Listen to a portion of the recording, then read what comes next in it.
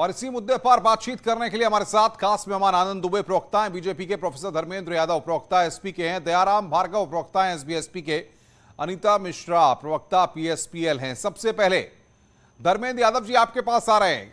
गठबंधन तो टूट गया लेकिन अभी भी बहुत सारी बातें हैं जो अंदर अखाड़े चल रही हैं। चाचा तो अपनी बातों को रख भी रहे हैं और समाजवादी पार्टी पर हमलावर भी हैं।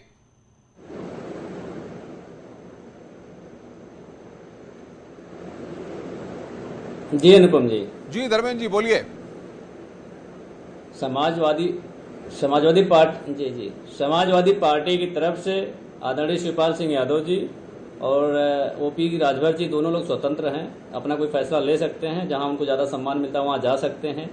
लेकिन आज दुख इस बात का है कि जिस तरह से राजनीतिक मर्यादाओं का एक तरह से कह रहे हैं ना कि मजाक बनाया जा रहा है, हर छोटे मोटे दल के द्वारा, बयानबाजी के द्वारा, आम जन के हित की बात कोई सोच ही नहीं रहा है। मतलब जो विषय भी हो, जो जिसका डिस्कशन होना चाहिए, किसने किसको गधा बोल दिया, किसने किसको बिच्छू बोल दिया, मतलब एक जैसे एक अपरिपक्वता की जैसे भरमार सी आ गई उत्तर प्रदेश की राजनीति में। जिस तरह से छोटे छोटे दल आए, वो लगता है अपरिपक्वता की राजनीति को भरमार लेकर आ गए कि भाई हमें कुछ भी बोल देना है, बस अपनी पब्लिसिटी के लिए आदमी कुछ भी बोल देगा, कुछ भी कर देगा, किसी के साथ कुछ भी, मतलब ऐसी परिस्थिति पैदा कर दिया है। कोई किसी के साथ बैठने में डरे, कोई किसी के साथ बातचीत करने में डरे, कोई किसी का फोन उठाने में डरे। मतलब दयाराम भार्गव जी ऐसा आपने क्या कर दिया भाई कि समाजवादी पार्टी को इतनी सब बातें कहनी पड़ रही है? दयाराम भार्गव जी। अनुपम भाई, समाजवादी पार्टी के नेता धड़िए ओम प्रकाश राजभर की केवल इतनी गलती है कि उन्होंने सही सही बातें कह दी, तो इतनी गलती है। और नहीं कहते तो बात की बात थी, लेकिन अगर इतना नागवार गुजरा था बैठ के बात करते। अब तो राहें अदा हो गई, जुदा हो गई, हम उस पर चर्चा क्यों करें? स्वतंत्र हो गए हैं, स्वतंत्र कर दिया गया आपको। अपने लोगों की सलाह मान करके आगे बढ़ने का काम करे। सुहेलदेव भारतीय पार्टी स्वतंत्र है, अब वो आगे बढ़ने के लिए अपना रास्ता देखेगी। अब ये बयानबाजी समाजवादी पार्टी की तरफ से ना लगाया जाए कि हम कहाँ जा रहे हैं, हम कहाँ जाएंगे, हमारी विचारधारा कहाँ है। हम उस पर चर्चा और मंथन करके उस पर निर्णय लिया जाएगा। लेकिन जो बातें और कयास आ रही है, अभी हमारे भाई धर्मेंद्र यादव जी बता रहे हैं कि कोई सांप नेवला कह रहा है, तो स्वामी प्रसाद मौर्य जो इनके साथ आए हैं, जब आए थे भाजपा से 4.5 साल का मलाई काट के आए थे, तब आए थे समाजवादी पार्टी में। अरे उस भारतीय समाज पार्टी तो भारतीय जनता पार्टी के साथ 18 महीने धर्मेंद्र जी जवाब दीजिए भाई, बड़ा आरोप आप पर लगा रहे हैं। नहीं थी वो छोड़ करके बाहर आए थे, तो हमारी चर्चा छोड़ करके एकदम समाजवादी पार्टी चर्चा करें। मैं दयाराम जी सुन लीजिए, अब सुन लीजिए। समाजवादी पार्टी के किसी भी नेता ने आपके राष्ट्रीय अध्यक्ष पर या किसी आपकी पार्टी पर कोई टिप्पणी नहीं किया। आपके जो राष्ट्रीय सचिव हैं उन्होंने खुद कहा कि ओम प्रकाश राजभर जी ऐसे नेता हैं जिस थाली में खाते उसमें छेद करते हैं। आपके राष्ट्रीय उपाध्यक्ष ने कहा कि चुनाव के दौरान इन्होंने बहुत पैसे का लेन देन किया, इसलिए उन्होंने दूसरी पार्टी बना ली। तो कोई किस तरह से कहता है, कोई किस तरह से कहता है। तो समाजवादी पार्टी ने कभी कुछ कहा ही नहीं है। तो आपके अंदर की बात हम बता रहे हैं, हमें इससे मतलब नहीं। आप क्या करते हैं, आपकी अपनी पार्टी, अपनी विचारधारा है, आप कहीं भी जाने के लिए स्वतंत्र हैं, जहां आपको सम्मान मिला पहुंच जा सकते हैं। समाजवादी पार्टी की तरफ से कभी इस तरह का बयान नहीं आया होगा जो आप कह रहे हैं। अब सवाल ये उठता है कि जो बुनियादी बातें हैं, आज जिस तरह से प्रदेश महंगाई की आग में झुलस रहा है, उस पर बात कौन करेगा? युवाओं के मुद्दे पर बात कौन करेगा? इस तरह से जो किसानों के मुद्दे पर बात कौन करेगा? कानून व्यवस्था के मुद्दे पर बात कौन करेगा? जिस तरह से लूट मची है चार डिपार्टमेंटों में, चाहे वो लोग निर्माण विभाग हो, चाहे स्वास्थ्य विभाग हो, चाहे समाज कल्याण विभाग हो, चाहे रोडवेज डिपार्टमेंट हो, चाहे आपका शिक्षा विभाग हो, चाहे प्राविधिक शिक्षा विभाग हो, मतलब कोई शिवपाल यादव अखिलेश यादव को चुनौती दे रहे हैं। भाई ऑडियो डाउन करिए। शिवपाल यादव अखिलेश यादव को चुनौती दे रहे हैं, वो कह रहे हैं कि मैं आजम खान के साथ हूं। सवाल ये, आजम खान तो कुछ समाजवादी पार्टी का हिस्सा हैं, तो ऐसे में इसके क्या मायने निकाले जाएं? ना हिस्सा है ये सभी लोग जानते हैं। मैं बस एक बात कहूंगी अखिलेश यादव जी के बारे में कि स्वीकार करने की हिम्मत और सुधार करने की नियत हो तो इंसान सब कुछ सीख सकता है, लेकिन यहाँ तो माजरा ही उल्टा है। अखिलेश यादव जी को अधिनायकवादी राजनीति से फुर्सत ही नहीं है।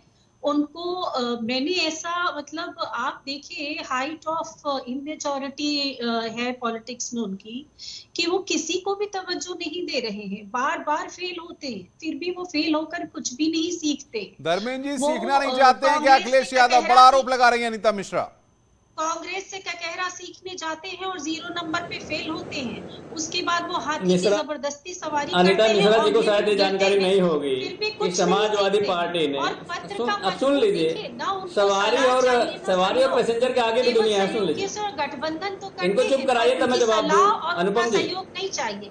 अब इनको बोलिए थोड़ा सुन ले, मैं बोल रही हूँ तो, ना सलाह चाहिए ना सहयोग चाहिए। एक आदत है समाजवादी पार्टी के लोगों की, नहीं, मुझे उनको अपने अनुपम जी नेतृत्व ने से मुझसे सीखा कहा कि है आप जवाब उन्होंने। दीजिए, मैं इसलिए बोल रहा हूं, मैं तो आपके बीच में नहीं बोल रहा था।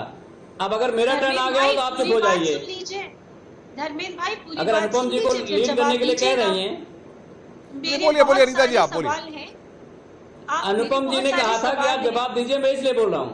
नहीं, आ रहा हूँ धर्मेंद्र जी, मैं आ रहा हूँ भाई आपके मेरे बहुत सारे सवाल है, सुन लीजिए फिर जवाब दे सवाल दीजिएगा। जी, तो मैं ये कहती हूँ अनुपम जी कि दम्भी का पराभव निश्चित है। और आप देखिएगा जिस तरह से इस सब दम्भ में चूर है अखिलेश यादव जी, किसी को कुछ नहीं समझते। और जो उन्होंने पत्र लिखा है, उस पत्र का मजमून देखिए, उससे कितनी दम्भ की बू आ रही है। वो कहते हैं कि आपको जहां सम्मान मिले निकल लीजिए। तो मतलब आप क्या कहना चाहते हैं? आप पूरी दुनिया जानती है कि असल में सम्मान आपकी डिक्शनरी में नहीं, लेकिन है ही सवाल नहीं। ये है अनीता सम्मान मिश्रा, देना आपने आजम सीखा खान ही से नहीं दोस्ती है। अखिलेश तो यादव से तलखी, ये क्या मतलब है? इसके क्या मायने हैं, जरा समझाइए आप। देखिए, आजम खान साहब आज से नहीं है माननीय शिवपाल सिंह यादव जी के साथ। जिस समय आजम खान साहब अकेले लड़ रहे थे, वो जेल में जी रहे हैं कि मर रहे हैं, उनकी सुध कोई नहीं लेने वाला था, तब भी माननीय शिवपाल सिंह यादव हर समय उनके साथ थे, उनके परिवार के साथ थे। तो वो आज से नहीं है। और मुलायम सिंह यादव धर्मेंद्र जी, अखिलेश यादव मैच्योर नहीं है। देखिए आजम खान कितने मैच्योर हैं कि शिवपाल यादव उनको पसंद करते हैं, आपके नेता को पसंद ही नहीं करते हैं। अब अनीता जी मैच्योर इंस्टीट्यूट की डायरेक्टर अगर बन जाए तो उसका कोई वो नहीं है। अभी इनका मैनिपुलेशन देखिए, इन्होंने चिट्ठी को बोला कि जहां जिसको सम्मान मिलता है वहां निकल लीजिए। ये शब्द इनके हैं, और जो हमारी चिट्ठी के शब्द हैं उसमें कहा गया है कि अगर आपको ऐसा लगता है कि समाजवादी पार्टी में आपको सम्मान नहीं मिलता है तो आपको जहां ज्यादा सम्मान है आप वहां जा सकते हैं। अब इस शब्द का इस्तेमाल, इस सेंटेंस का मतलब समझ लीजिए, और जो अनीता जी ने बताया उस सेंटेंस का मतलब समझ लीजिए। दूसरी बात जो ये कह रही हैं, समाजवादी पार्टी के राजनीतिक कैरियर में जब से समाजवादी पार्टी बनी है, 2022 के विधानसभा चुनाव का सबसे बेस्ट परफॉर्मेंस है, वो भी माननीय राष्ट्रीय अध्यक्ष अखिलेश यादव जी के नेतृत्व में चुनाव लड़ा गया था। सबसे बेस्ट परफॉर्मेंस है राजनीतिक तौर पर। अनुपम जी, आप एक संजीदा पत्रकार हैं, आप इस बात को समझते होंगे। सीट ना आना वो एक अलग विषय हो गया। दूसरी बात जो हमारे भार्गव साहब कह रहे थे, भार्गव साहब को 18 सीटें मिली थी गठबंधन में और उसमें 6 सीटें जीते हैं। ये तो ये अपनी परफॉर्मेंस के बारे में बात नहीं करेंगे, अपने बारे में नहीं सोचेंगे। जवाब दीजिए भाई, आप अपनी टिप्पणी परफॉर्मेंस करना इस दुनिया का सबसे आसान काम है। मैं भी धर्मेंद्र भाई 16 सीटें मिली थी, 18 नहीं 16 सीटें, ये क्लियर करिए पहले।